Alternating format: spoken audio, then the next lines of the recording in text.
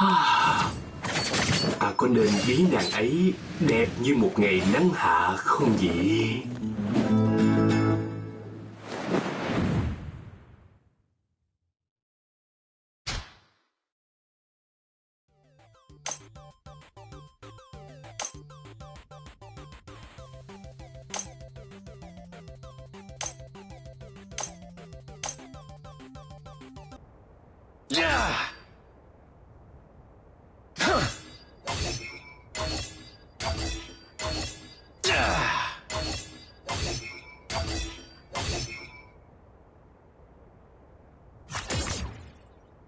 Bước nhẹ đẩy đều.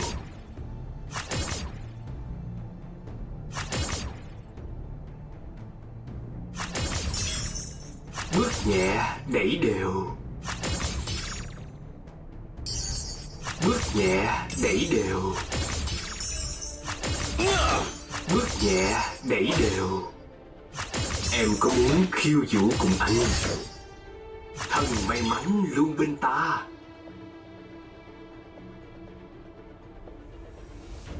Có cô gái nào cần sự giúp đỡ của ta không? Hay.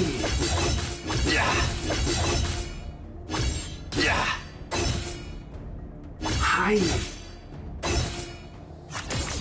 Hay.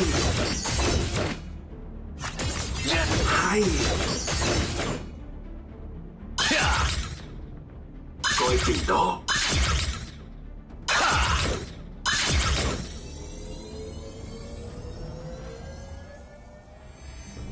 Coi chừng đó.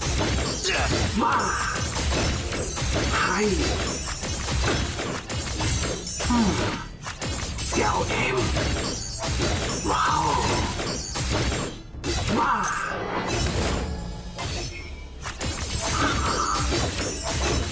Bước nhẹ đẩy đều.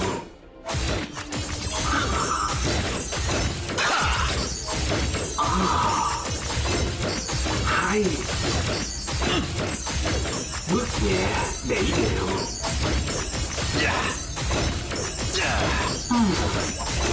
Thần may mắn luôn bên ta.